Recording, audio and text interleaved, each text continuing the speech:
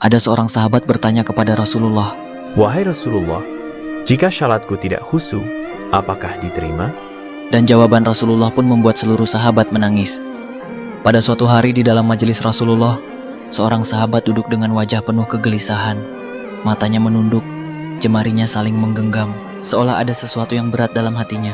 Ia menghela nafas, lalu dengan suara lirih berkata, "Wahai Rasulullah, aku ingin bertanya, tetapi aku takut.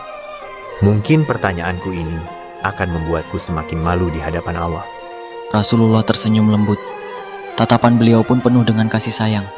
Katakanlah wahai saudaraku, tak ada pertanyaan yang membuat seseorang hina jika ia bertanya untuk mencari kebaikan. Sahabat itu mengangkat wajahnya. Perlahan wajahnya mulai berkaca-kaca. "Wahai Rasulullah, aku merasa syalatku sering tidak khusyuk.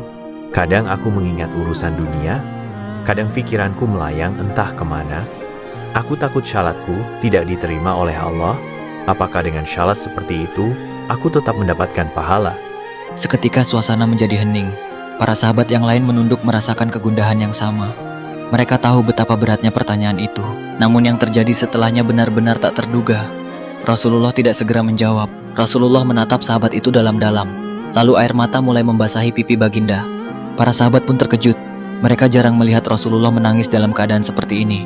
Dengan suara bergetar Rasulullah berkata, Demi zat yang jiwaku berada di tangannya, sungguh setan tidak akan pernah berhenti berusaha mencuri bagian dari sholat seorang hamba, hingga ia menjadi malas dan tidak khusyuk. Tetapi ketahuilah, dia tetap melihat usahamu.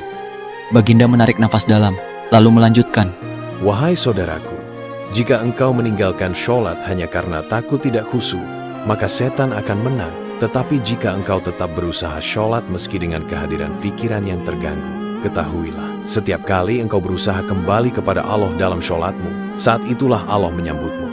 Air mata sahabat itu jatuh. Ia menangis. Begitu juga sahabat lainnya.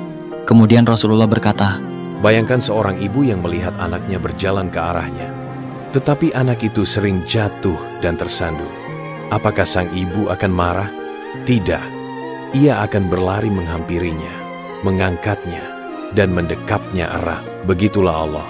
Ia lebih penyayang dari seorang ibu kepada anaknya. Selama engkau kembali kepada Allah, Ia akan selalu menerimamu. dari hari itu sahabat tak lagi putus asa dalam sholatnya. Ia tetap berusaha, dan setiap kali pikirannya melayang, ia selalu mengingat kata-kata Rasulullah. Selama engkau kembali kepada Allah, Ia akan selalu menerimamu.